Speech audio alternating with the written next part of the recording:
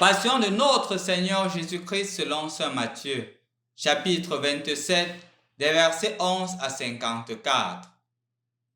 En ce temps-là, l'un des 12 nommé Judas Iscariote se rendit chez les grands prêtres et leur dit: « Que voulez-vous me donner si je vous le livre ?» Ils lui remirent 30 pièces d'argent. Et depuis, Judas cherchait une occasion favorable pour le livrer.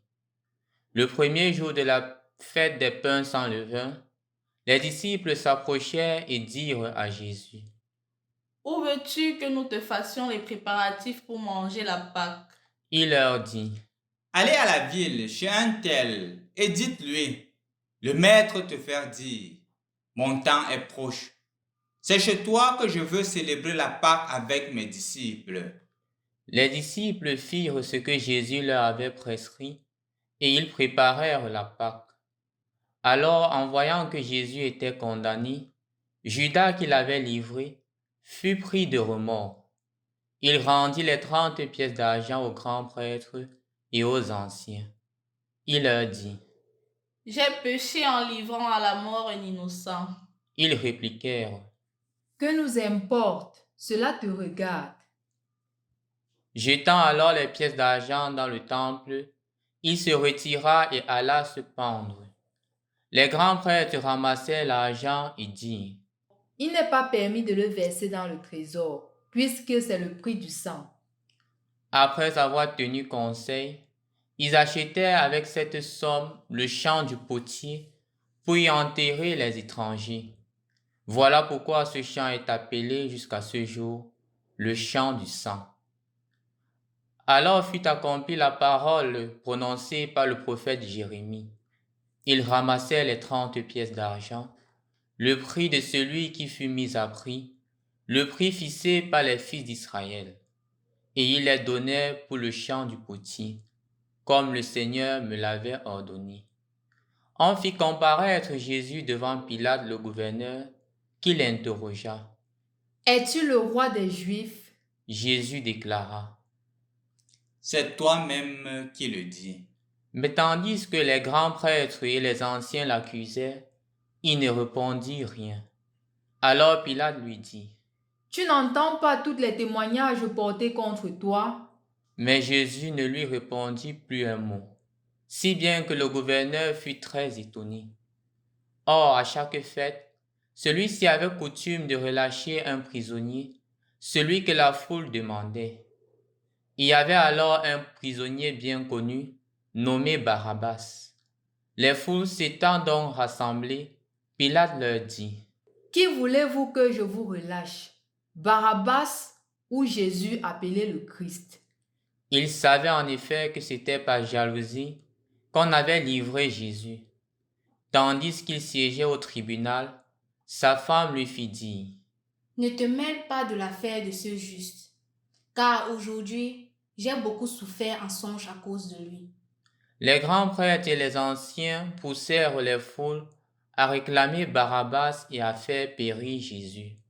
Le gouverneur reprit: « Lequel des deux voulez-vous que je vous relâche? » Ils répondirent: « Barabbas !» Pilate leur dit: « Que ferais-je donc de Jésus appelé le Christ? » Ils répondirent tous: Qu'il soit crucifié. Pilate demanda: Quel mal a-t-il donc fait? Ils crièrent encore plus fort: Qu'il soit crucifié. Pilate, voyant que ses efforts ne servaient à rien, sinon à augmenter le tumulte, prit de l'eau et se lava les mains devant la foule en disant: « Je suis innocent du sang de cet homme. Cela vous regarde. » Tout le peuple répondit: Son sang, qu'il soit sur nous et sur nos enfants. Alors il leur relâcha Barabbas. Quant à Jésus, il le fit flageller et il le livra pour qu'il soit crucifié. Alors les soldats du gouverneur emmenèrent Jésus dans la salle du prétoire et rassemblèrent autour de lui toute la garde. Ils lui enlevèrent ses vêtements et le couvrirent d'un manteau rouge. Puis avec des épines, ils tressèrent une couronne et la posèrent sur sa tête. Ils lui mirent un roseau dans la main droite, et pour se moquer de lui, ils s'agenouillaient devant lui en disant « Salut, roi des Juifs. » Et après avoir craché sur lui, ils prirent le roseau et ils le frappèrent à la tête. Quand ils se furent bien moqués de lui, ils lui enlevèrent le manteau, lui remirent ses vêtements et l'amenèrent pour le crucifier. En sortant, ils trouvèrent un nommé Simon, originaire de Cyrène. Ils le réquisitionnèrent pour porter la croix de Jésus. Arrivé à un lieu dit Golgotha, c'est-à-dire lieu du crâne au calvaire, ils donnèrent à boire à Jésus du vin mêlé de fiel. Il en goûta, mais ne voulut pas boire. Après l'avoir crucifié, ils se partagèrent ses vêtements en tirant au sort, et ils restaient là, assis à le regarder. Au-dessus de sa tête, ils placèrent une inscription indiquant le motif de sa condamnation. Celui-ci est Jésus, le roi des Juifs. Alors on crucifia avec lui 2 bandits, l'un à droite et l'autre à gauche. Les passants l'injurièrent en hochant la tête. Ils disaient « Toi qui détruis le sanctuaire et le rebâtis en 3 jours, sauve-toi toi-même si tu es le Fils de Dieu et descends de la croix. » De même, les grands prêtres se moquaient de lui avec les scribes et les anciens en disant « Il est roi d'Israël, qu'il descende maintenant de la croix et nous croirons en lui. Il a mis sa confiance en Dieu. Que Dieu le délivre maintenant s'il l'aime. Car il a dit, je suis fils de Dieu. » Les bandits crucifiés avec lui l'insultaient de la même manière. À partir de la 6e heure, c'est-à-dire midi, l'obscurité se fit sur toute la terre jusqu'à la 9e heure. Vers la 9e heure, Jésus cria d'une voix forte.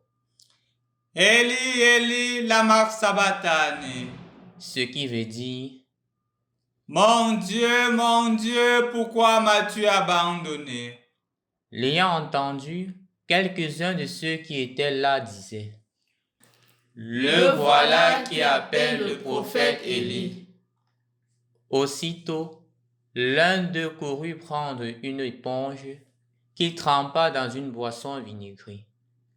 Il la mit au bout d'un roseau et il lui donnait à boire. Les autres disaient « Attends, nous verrons bien si Élie vient le sauver. » Mais Jésus, poussant de nouveau un grand cri, rendit l'esprit.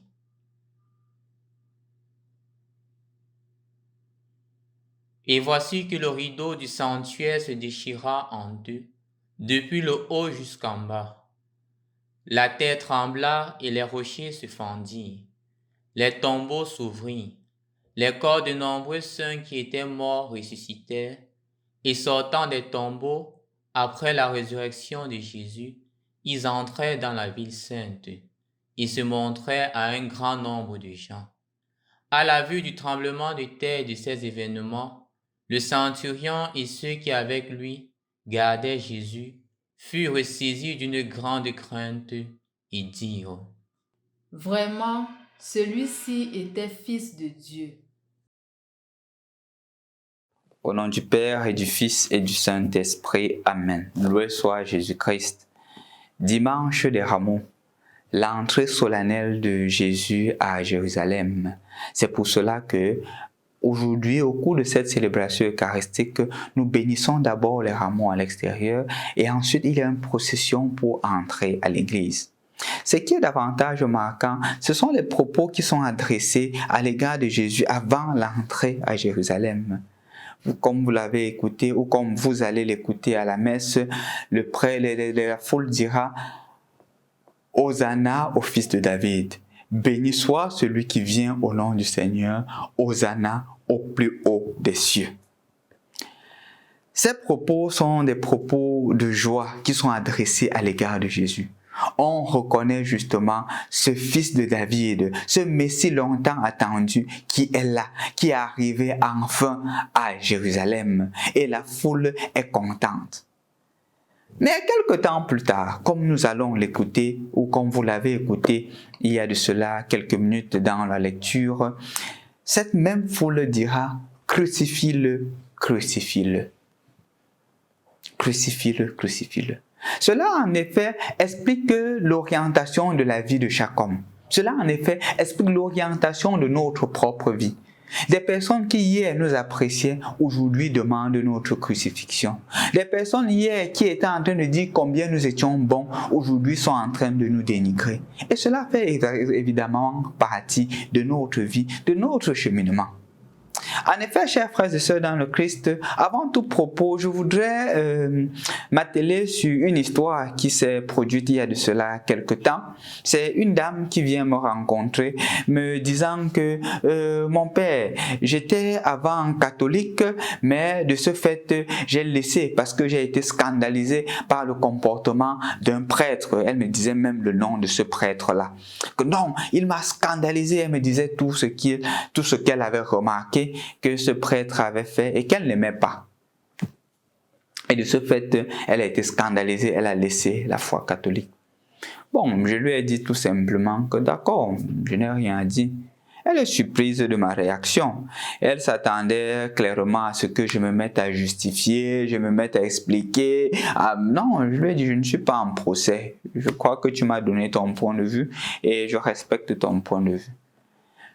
Surprise, elle continue à dire, non, mon père, dis quelque chose. Je ne suis pas d'accord avec cette réaction-là. Je lui dis que je n'ai plus rien à dire parce que tu as déjà toutes les vérités en toi. Ayant toutes les vérités, ce sera seulement de l'eau qu'on verse sur le dos du canard si je me mets à parler. Elle me dit, non, dis quand même quelque chose. Je lui dis, d'accord, si tu veux que je parle, je te dirai premièrement que c'est parce que tu n'as pas compris la foi catholique. À elle de réagir. Comment vous pouvez dire ça, mon père? J'ai été enfant de cœur, j'ai été lectrice dans ma paroisse, d'où je viens. Et tu me dis que je n'ai pas compris la foi catholique. Et pendant longtemps, j'ai même été responsable des enfants de cœur avant de devenir plus tard lectrice. Je lui dis que oui, tu peux même avoir été pape, tu peux même avoir été cardinal, tu peux même avoir été prêtre sans jamais comprendre la foi catholique. Et je lui faisais comprendre que remarque bien dans les évangiles, puisque tu as été lectrice, que celui qui trahit Jésus, c'est Judas. Et comme nous allons le voir dans les jours à venir, Judas était un homme de confiance. Judas avait la grande confiance de Jésus. Il était un des 12. Comme nous l'écoutons dans l'évangile de Matthieu, en son 10e chapitre, où justement Jésus choisit les 12 et il les envoie en mission. Et parmi ces 12-là, il y a Judas. Mais Judas qui plus tard va trahir Jésus. Comme pour me faire comprendre, lui disais-je, et comme pour te faire comprendre que la trahison fait partie de la foi catholique. Pas seulement Judas, on a aussi Pierre qui a renié Jésus 3 fois, comme nous l'écouterons la semaine prochaine. Et il a renié Jésus en face de qui? En face d'une femme. Nous comprendrons un peu pourquoi c'est un peu plus humiliant pour un homme dans une culture patriarcale de renier son maître en face d'une femme. Jésus n'a pas arrêté son église à cause de cela. Pour autant, depuis 2000 ans, l'église subsiste toujours. Pourtant, il y a toujours des scandales dans l'église. Je lui ai dit, même jusqu'à présent, il y a des scandales. Mais l'église ne repose pas sur eux. L'église repose sur le Christ qui est mort pour toi et pour moi. Le Christ qui est mort par amour pour nous. Et justement, puisqu'il est mort par amour pour nous, l'église continue son chemin. C'est vrai, il y a une personne qui va en déphasage comme Judas, mais cela ne voudrait pas pour autant dire que l'église est en déphasage. Dans cette même église, il y a encore des personnes qui vivent authentiquement leur foi, qui recherchent la sainteté. Et je crois que tu en connais des personnes. Même si tu voudrais donner l'impression que l'église n'est que du déchet, tu en connais des personnes qui vivent authentiquement leur foi chrétienne. Et c'est sur eux que l'église doit toujours continuer. Et donc, lui disais-je, si tu avais compris la foi catholique, tu devrais te rendre compte que tu as été baptisé prêtre, prophète et roi. Et ainsi, tu fais partie justement de la grande famille des enfants de Dieu. L'Église ne reposant pas seulement sur le prêtre, mais sur le Christ. Et c'est pour cela qu'on parle d'une Église sainte, parce que celui qui l'a fondée, qui est le Christ, est saint. Je lui disais donc que la question qui devrait se poser n'est pas sur le comportement du prêtre, c'est comment est-ce que moi aussi, je ne tombe pas dans cela, je ne trahisse pas Jésus, que quand c'est bon, j'apprécie Jésus, et quand c'est mauvais, je me détourne de Jésus. C'est l'invitation qui est adressée. Et de ce fait, je voudrais qu'aujourd'hui, chers frères et sœurs dans le Christ, nous rentrions un peu dans l'évangile que nous venons d'écouter et nous comprenions pourquoi est-ce que Judas trahit Jésus, même si nous allons l'approfondir la semaine prochaine. Judas avait la confiance de Jésus et Judas faisait confiance en Jésus. Mais le problème avec Judas, c'est qu'il était tombé dans un relativisme à outrance, au point où facilement il posait des gestes sans avoir l'humilité de peser l'ampleur et la conséquence de son acte. C'est pour cela que facilement il est capable de trahir Jésus pour 30 pièces d'argent. Mais comme nous l'écoutons dans l'évangile d'aujourd'hui, il se rend compte que le petit geste qu'il a posé a des conséquences plus grandes, au point où son maître doit être crucifié. Il ne voyait pas ça sous cet angle-là. Il voyait tout simplement quelqu'un qu'on va arrêter, qui va être capable sûrement de se dérober de la foule et il va encaisser l'argent.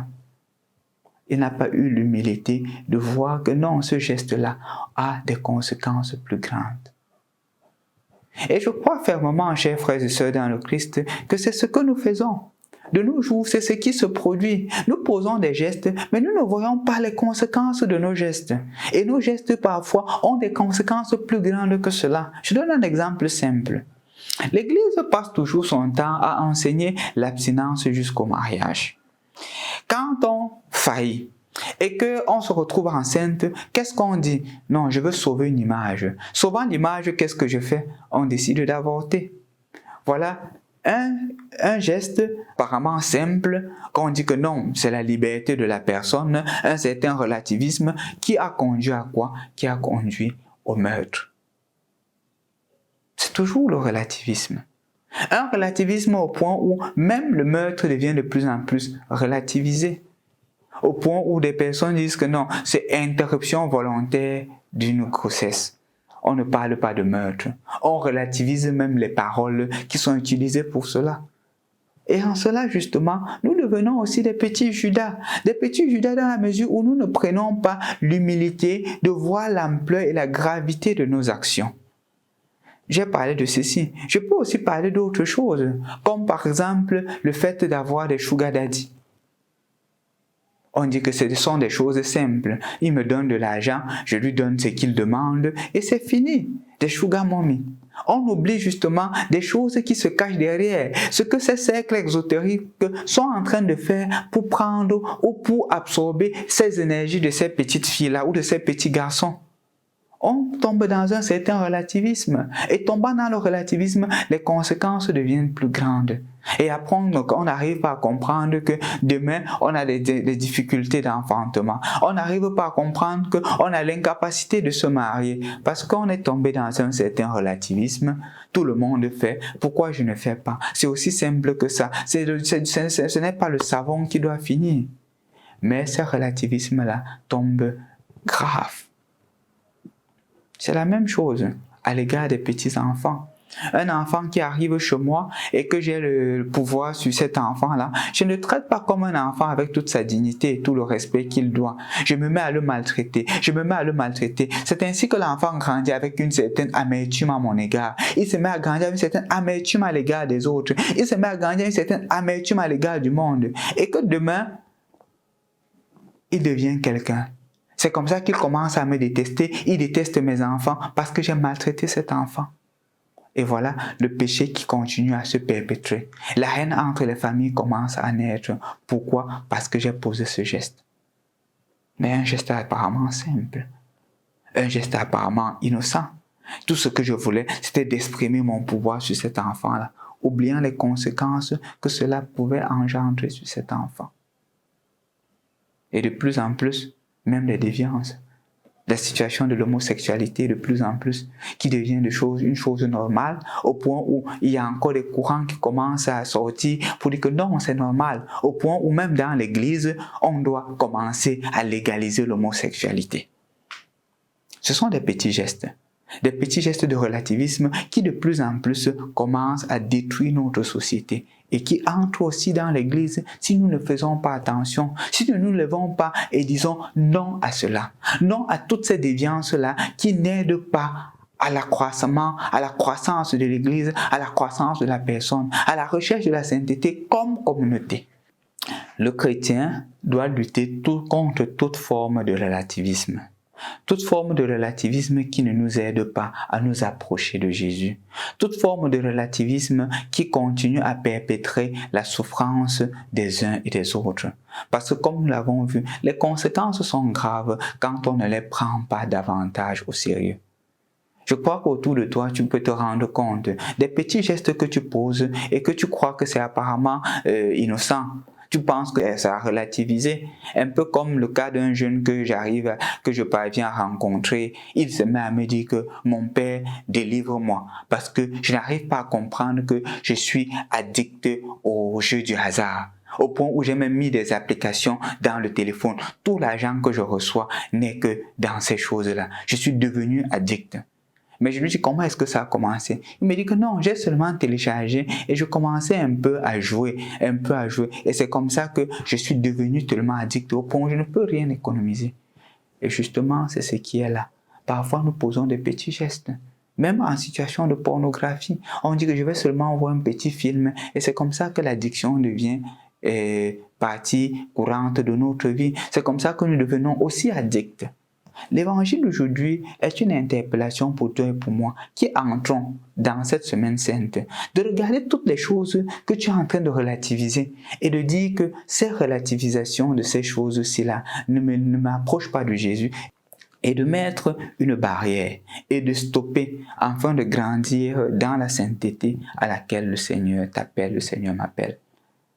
En effet, entrons de façon plus sérieuse dans cette semaine sainte, en mettant toute forme de relativisme de côté et en portant notre croix avec Jésus, en ressuscitant avec lui, ressuscitant de tous les maux qui nous ont empêchés de rechercher la sainteté.